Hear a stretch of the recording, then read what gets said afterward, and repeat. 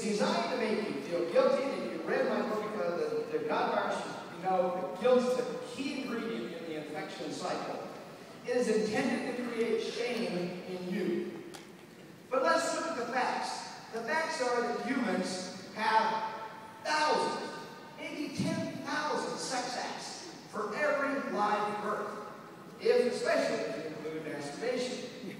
Well, that proves right there that sex is not for procreation. We know that most mammals masturbate and have sex in some way, but most mammals have it only when the female is receptive. So for humans, for bonobo apes, and probably for dolphins, sex is for fun and bonding. But the Pope would say, you should have sex like a dog. When the Pope tells you to have sex for reproduction only, he's telling you you have to have sex like a dog, or an insect, or a cow. I mean, almost all species on the planet only have sex for reproduction. We don't. Sex has evolutionarily taken on a new role for our species, and I'm happy about it.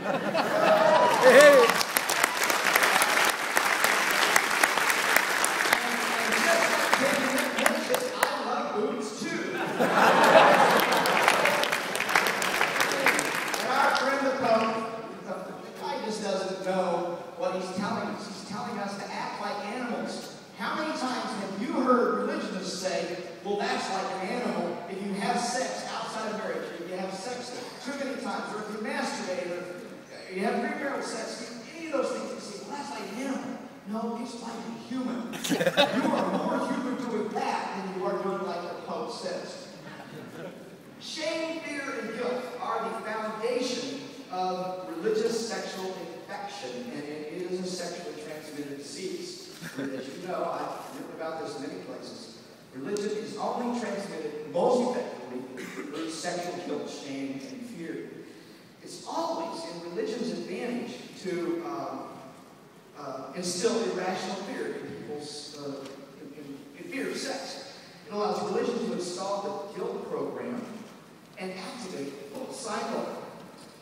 Without guilt, fear, shame, all the major religions would collapse. Now let me explain the guilt cycle here because it's critical to the understanding of why religion is so effective. The guilt cycle works like this. When you're young, you get taught what you should and shouldn't do by your mom or your dad. You like the cookies? Your mom says, don't eat the cookies. Get a cookie out of the cookie jar before supper, she slaps her hand. Okay, that was yesterday. Today, she's not looking. And you think, wow, those cookies sure taste good. Mom's not looking. So you get the tension. You engage in the behavior. You stick your hand in the cookie jar and eat a cookie, and then you feel the guilt. The guilt is cognitive dissonance. It's the feeling you get from violating mom's rule. Here's mom's rule, here's what I did, and the blank spot in between is where cognitive dissonance comes out, and we call that, in lay language, we just call it guilt. Religion comes along and says, we can teach you what to be guilty of. Eating cookies is only one thing to be guilty of. You should be guilty of having premarital sex. You should be guilty of thinking bad thoughts, lustful thoughts about other people of any gender before you're married, and then only the person you're married to. You should be shameful and guilty if you masturbate. So it teaches you all these things to do, and then when you do them, where are you going to get forgiveness? How are you going to get rid of this intense guilt that comes from having been trained, having the guilt process put into you? So you've got to come back and get forgiveness. Have you ever heard of a Catholic going and getting absolution or confessing to an ex-minister? How about a Muslim confessing to a Catholic priest? Are there any Jews that confess to imams? Well, you don't hear that, do you? Because people can only get forgiveness from the religion where they got the disease in the first place.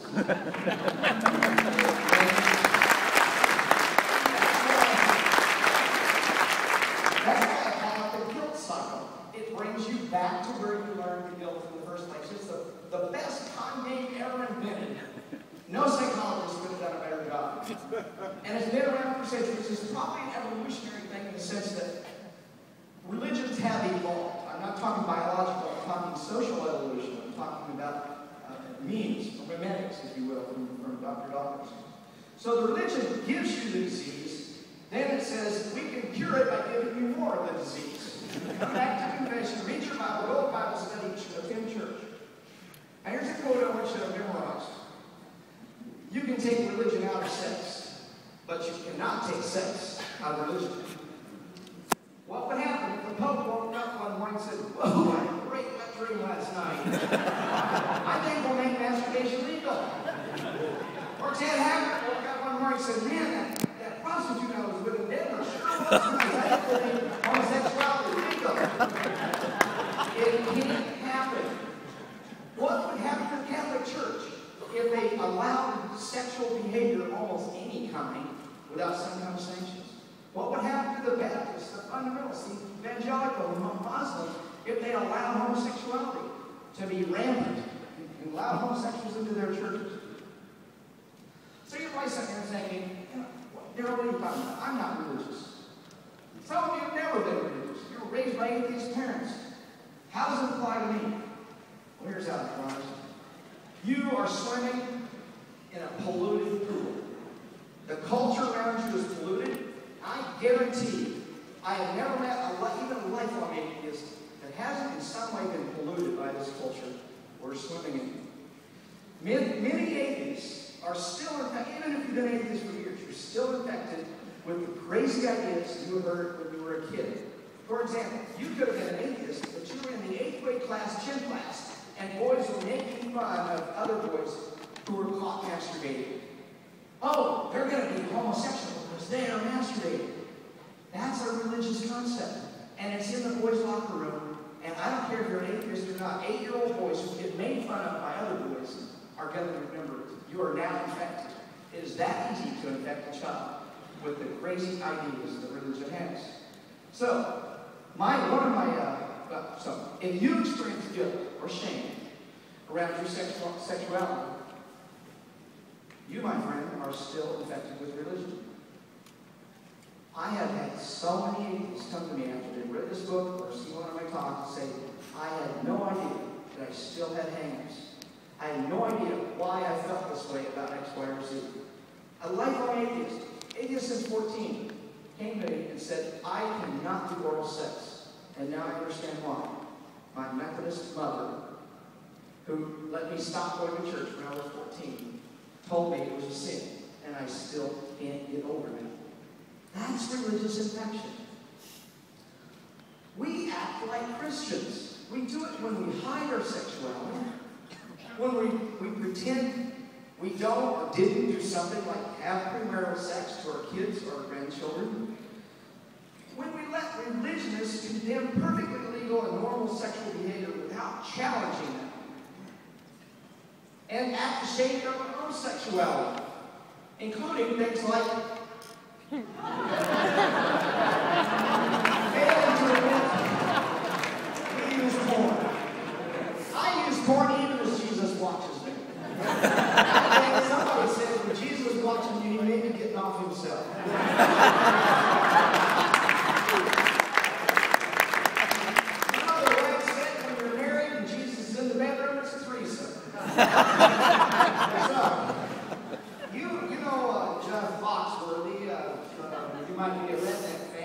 Look at it this way. You might be a Christian atheist.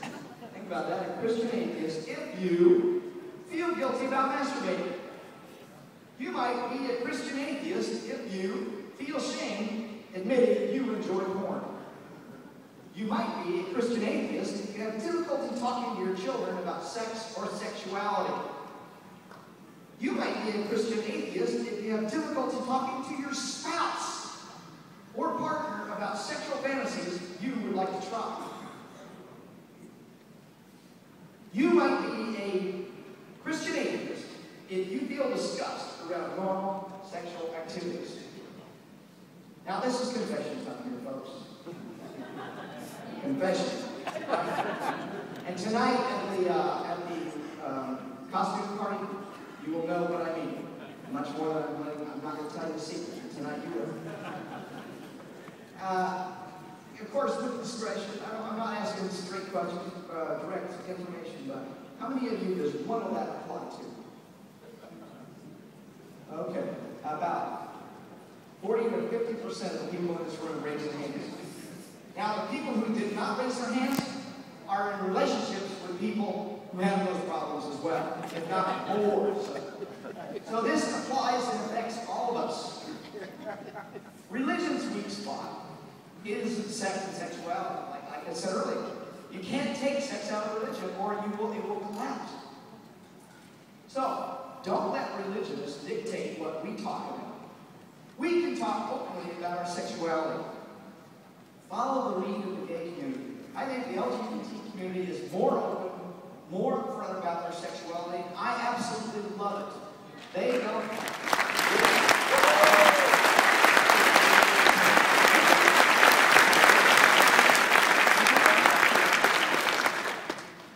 Your sexuality is a direct challenge to religiosity. Go debate whether God exists all day long, but come out as an open, polyamorous person and watch what happens. That is a very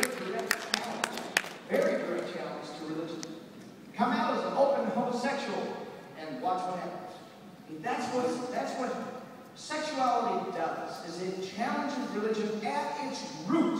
You can't get any deeper than human sexuality. Without it, religion can't survive. So my suggestion here to you today is to be out about your sexuality and respect and support other people in their chosen sexuality. It's the biggest challenge you can do to religion. I suggest it's the biggest we can do among many other choices. Examples for it. You could say, well, sure, I fornicate just like religious people do. Well, sure, I masturbate. Don't you? Sure, I enjoy pornography. I don't see anything wrong with it. Just like most religious people do. And then just draw a little tidbit here or there. The highest porn use in the United States is in Utah and Mississippi.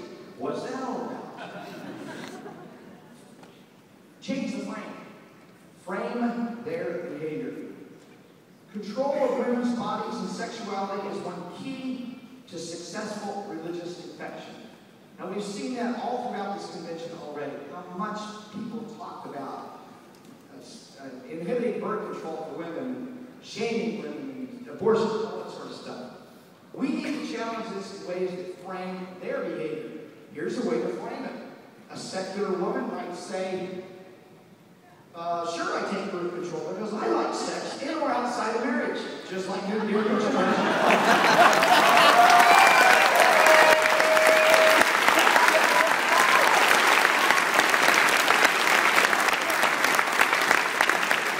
Now, this is an in-your-face challenge, and what are they going to say to you?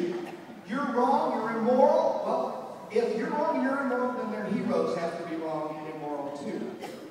I want us to challenge ourselves. I want you to look inside yourself. And I want you to think about, how can I be more in tune and more honest about my sexuality with those I love and those who are around me? And I'll come back to why that's so important a little bit later. But I want to give you some examples. And one example just happened last week. Our dear friend, Edwin Kagan. You read his blog. Now, you need to be tactful and be aware of the consequences. I'm not saying come out in places that will get you in trouble or get you fired or whatever.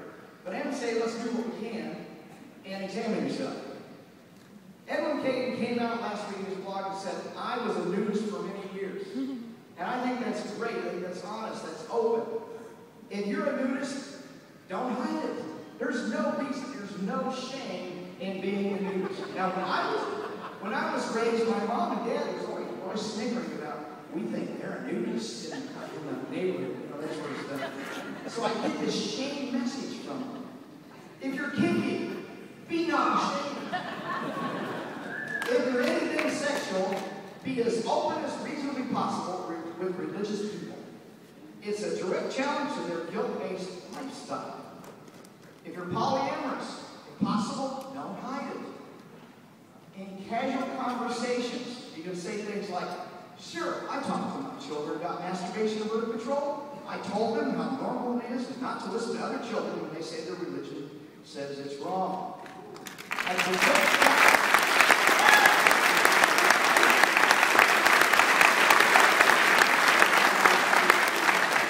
you have as much right to teach your children about sexuality as those stupid, abstinence-only religionists do. And you have as much right to put it in their face as they put it in your face.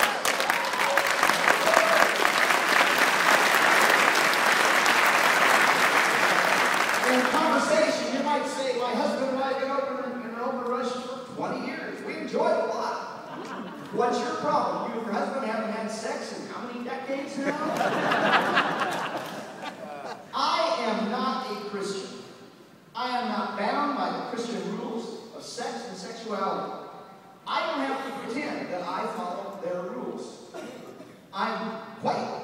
I will quietly challenge their guilt-based religion by simply being who I am and talking about what I do. Within reason and within tact, and I'll give them more details, but I'm polyamorous. I'm not ashamed of it at all. And I'm happy to talk. Anybody wants to talk about it. I'm not going to hide it. I don't hide it from my neighbors.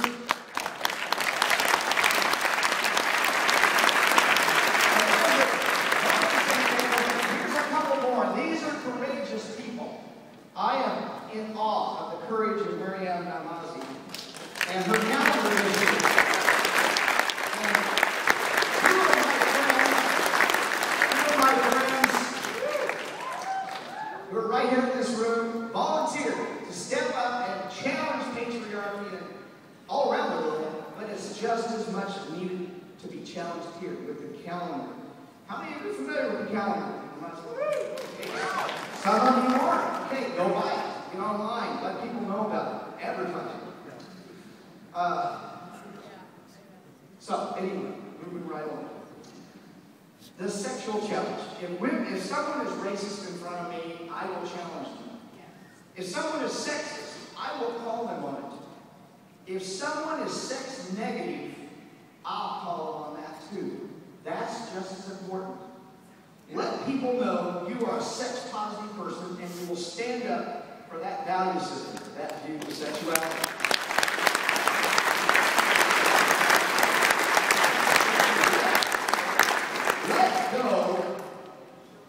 Let go of the shame about your own body. It's the only one you got. You're not getting another one in this life. So get used to it. Enjoy your own body.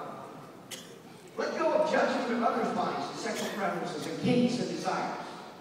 Let go of the guilt about your own desires and fantasies. Let's go on the offensive here. Let's ask some embarrassing questions. Does your priest or priest or imam masturbate? Did they have premarital sex? Are you honest with your children about your sex life or your sexual history? Do you expect your children to do what you couldn't?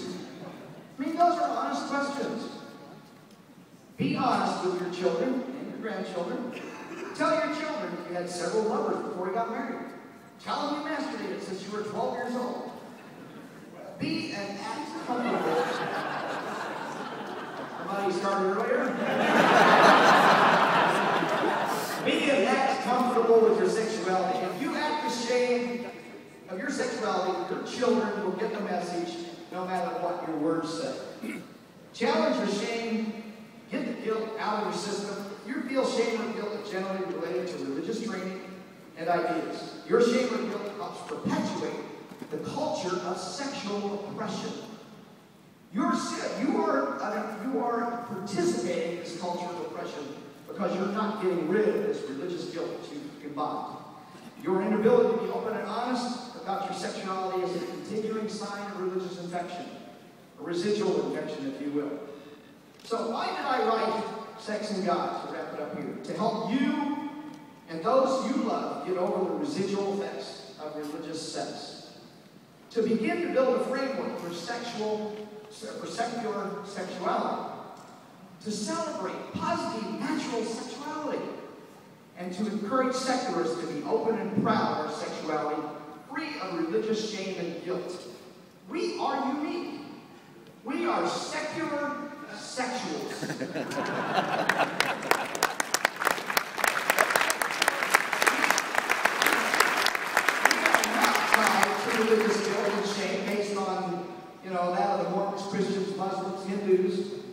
So let's not act like them.